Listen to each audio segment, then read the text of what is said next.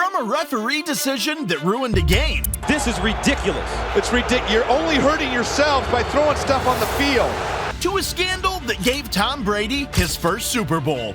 These are the 20 worst NFL referee decisions ever. At number 20, we have to go back to the 2002 AFC Divisional Playoff between the Patriots and the Raiders. In a hotly contested playoff game, a young Tom Brady found himself heading to the Super Bowl. After standing in for the injured Drew Bledsoe, things almost came crashing down for the Patriots.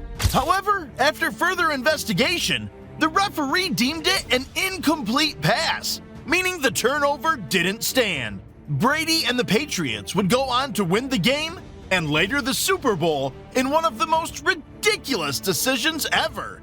At least Brady didn't taunt the Raiders like our next guy. In a regular season game between the Bears and the Saints, following a play that saw Cole Kmet receive the ball at the 10-yard line, nothing really out of the ordinary happened. But a flag was thrown just moments later, and the referee deemed it unsportsmanlike conduct. The move erased the possible scoring opportunity for the Bears, who trailed going into the locker rooms at halftime. This is still known as the softest penalty ever given, and many fans still believe that the referee might have overreacted, given the levels of testosterone that are expected in competitive sports. But as controversial as this decision was, it didn't lead to endangering the players like this next one. Back in Week 14 of the 2001-2002 season, the Jacksonville Jaguars already found themselves out of playoff contention. Meanwhile, the Browns had their destiny in their own hands. If they won this game, the Browns would be in perfect playoff position, only for this to happen. Don't even waste the play, or maybe they're even calling a play. And he spikes it. The referees got together and determined that the previous play needed to be reviewed. Even though another play had been run, the refs erased it and gave the ball to Jacksonville. After review, the pass is incomplete. First down, Jacksonville. The fans didn't really agree with the decision and voiced their frustration. Players were eventually forced off the field when fans began throwing bottles. The Jaguars ultimately won the game, but this ridiculous decision would have a crazy effect on the playoffs. Still, nothing compared to the awful decision of 1982. It was a regular season game between rivals, the Miami Dolphins and the New England Patriots. But before the game began, the field was covered with tons of snow. By halftime, the teams were not to be split, and thanks to the snow, running a decent play was almost impossible. However, the Patriots finally got the opportunity to seal the game with a 33-yard field goal. But this is where fans began to cry foul. A snowplow was brought onto the field to clear a patch for the field goal, which was converted by John Smith. The Patriots won, but fans were left frustrated as Miami never got the same courtesy. Even though this was bad, it was not as shocking as when a referee blatantly missed a penalty call. The 2019 incident between legendary receiver DeAndre Hopkins and Marlon Humphreys would become a talking point in a season where missed pass interference was a weekly story. While no one truly cared about this game, the pass would have been an incredible touchdown. But the referee, despite clear evidence of Humphreys almost kidnapping Hopkins from the field, would rule that the pass was simply incomplete. This certainly led to a few choice words from the Houston bench, and even though it didn't have any effect on the game's outcome, it was frustrating to watch. To think, this is just 5 out of the 20 moments we've got coming. Trust me, you have to see the decision that cost Brady a championship at number 11. But at number 15, bad officiating decided a playoff game. 2021 was one of the greatest seasons for the Buffalo Bills, but it almost came crashing down for Buffalo following a completely ridiculous moment. Colts player Zach Pascal clearly fumbled the ball, which was later recovered by the Bills. But the referee had seen something different. The referee ruled that it was down by contact and not a fumble, leaving Bills fans with their hearts in their mouths. Fortunately, the Bills' defense stood firm, resisting the following Hail Mary and winning the game. But a few weeks earlier, in a Week 16 game between the Lions and Vikings, only pride was on the line. Yes, heading into Week 16, the Minnesota Vikings and Detroit Lions came face to face when the referee forgot that football is a contact sport. After a seemingly normal tackle on Kirk Cousins, the referee threw a flag for roughing the passer, costing the Lions 15 yards. Yeah, the game didn't have any importance for the playoffs, but it still hurts the eyes looking at such a bad call. Fortunately, this wasn't a championship, and the call didn't affect the game, unlike this next one. In a Week 6 game just a few years earlier, it was the Lions again, but this time they were facing the Green Bay Packers. Detroit settled for 5 field goals during the game, but the problem was when Trey Flowers went for a sack. Flowers barely touched the shoulder of the Packers quarterback, but the call said that he had put his fingers in the face mask of the player. In fact, this call was made twice in the same game. The referees stuck to their guns, leaving Flowers with 2 penalties to his name. But what happens when referees make calls that affect a last-minute score? This one takes us back to the 1998 season, in a game between the New York Jets and Seattle Seahawks. The Seahawks were leading the game with just a few moments left on the clock before Vinny Testaverde drove the Jets down the field. But as the Jets were in the red zone, Testaverde took things into his own hands. The quarterback sneak worked to perfection, and Testaverde crossed the line. But it was later revealed that he actually didn't cross the line. The touchdown stood and will forever go down as one of the most ridiculous calls in NFL history. But at least it wasn't the Super Bowl, like our next one. There are great players in football, and then there are legends like Tom Brady. However, the 2018 AFC Championship game was the start of an impressive run for the Patriots. While the Chiefs would have gotten the ball back and kept the lead, this ridiculous call kept the Patriots' drive alive.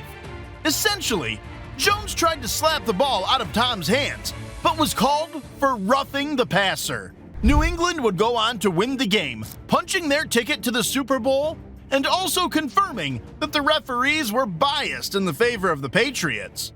But even such corruption couldn't break into our top 10. That's because Robbie Coleman absolutely ruined a championship at number 1. But before we get there, let's look at a referee that got it wrong not once, not twice, but thrice in a single game.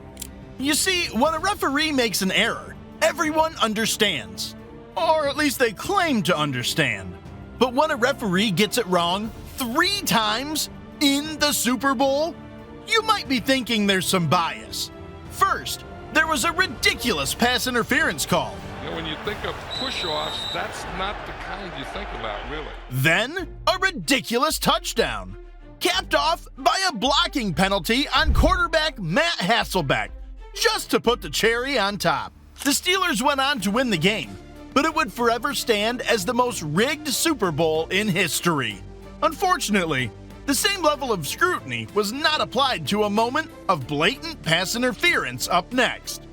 In the 2014 NFC wildcard round between the Lions and Cowboys, Detroit hung on to a slender 3-point lead that would later almost lead to victory. With just a few seconds left on the clock and Detroit stuck at 3rd and short, a flag was thrown for pass interference. This would have surely sealed the game for the Lions. But the referees decided to pick up the flag a few moments later. The referee ruled that he was not in position to see the pass interference, eventually leaving Detroit with a 4th and 1. Dallas got the ball back and drove down the field to ultimately win the game. Unfortunately, this wasn't the first time the Lions suffered an officiating blunder. Something similar happened in Week 1 of the 2010 season. As the Lions came face-to-face with the Bears to open the NFL season, Detroit wide receiver Calvin Johnson, or Megatron, caught a mesmerizing touchdown pass. Johnson clearly caught the ball before it spilled out of his hands after rolling over in the end zone. the referee would rule it an incomplete pass. The Calvin Johnson rule would later be born from this incident, trying to ensure more consistency in such moments, especially at the end of a game. Sadly for Megatron, the decision was made without the flip of a coin, which literally decided the next game. It seems like the Lions can't get off this list, as the next one takes us back to the 1998 season in a game between the Lions and Steelers. With the game tied heading into overtime, a coin flip would decide who gets first possession. Despite Steelers running back Jerome Bettis calling tails, the officials somehow heard heads, and the choice was given to Detroit. They'd go on to nail a field goal and ultimately win the game. But Bettis clearly called tails. Steelers fans thought they'd been robbed, but fortunately, karma set in. The Lions failed to win any more games for the rest of the season. This reminds me of when karma set in for the Titans. The 1999 Super Bowl saw the St. Louis Rams, referred to as the greatest show on turf, take on the Tennessee Titans. But even getting to the Super Bowl was a miracle by itself for Tennessee. Known as the Music City Miracle, Kevin Dyson received a lateral from tight end Frank Wycheck before streaking down the field for a 75-yard touchdown, sending Tennessee to the Super Bowl. But what's worse is the fact that the pass was clearly forward, and the play should not have stood. Unfortunately, the referee missed this, and Tennessee went on to the Super Bowl. But the Rams would eventually emerge as the victors. Now that we've made it to our top 5, get ready, because we're taking awful decisions to a whole new level. Sticking with the 1999 season and the Rams, the Cinderella run to the Super Bowl almost never took place. In fact, Rams quarterback Kurt Warner was flying high all season long. But in the NFC Championship game against Tampa Bay, a bad call saved them. Burt Emanuel clearly caught the ball, but the referee decided the pass was incomplete. Next play was a sack, before failing on 4th and short and handing the ball back to the Rams. The Rams would go on to win the game, leading them to the Super Bowl, where St. Louis would come out as the eventual Super Bowl champions.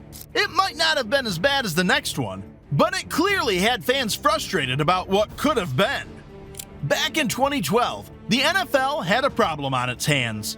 Following a dispute between the NFL and referees regarding pay, the league was forced to hire new referees from places like the Arena League and Division III of college football. The move was an absolute blunder by league officials, but it did give us quite a unique outcome between the Seahawks and Packers.